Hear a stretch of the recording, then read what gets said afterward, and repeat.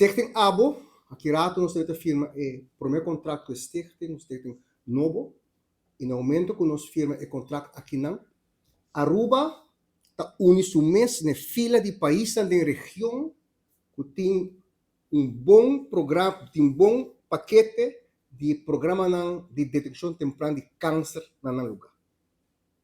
Nós aqui um tique atrás, para uma INTA que nos firma para dois programas novos, nós está unindo os meses na fila não é, e passo aqui também tá passo caminho que Aruba está confirma e a AZV também está confirmar seu compromisso e sua aspiração para nós chegar no nível de país mais desenvolvido que nós, porque trata programa que tem que evitar maleza depois.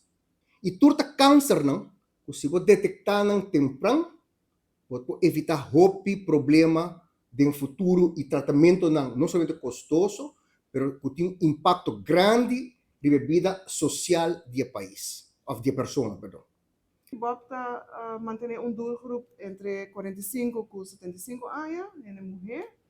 A boca de matriz que vai começar, als het goed is, na april die ano aqui. Dan manter doelgroep de 24 para 65 anos de idade.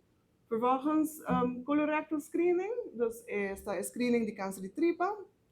Nós temos doelgroep de 45 para 75 anos, essa está em homem e também em mulher. Nos focus vai estar assim para informar, para bom informar nos mens e para vervolgens informar o cidadão que komen in aanmerking. Para voeren uit de test, para não bom informar e não sabe que está gevolgd na die test e que está gevolgd na die não hace test. E para assim chega back na melhor qualidade de vida para nos cidadãos.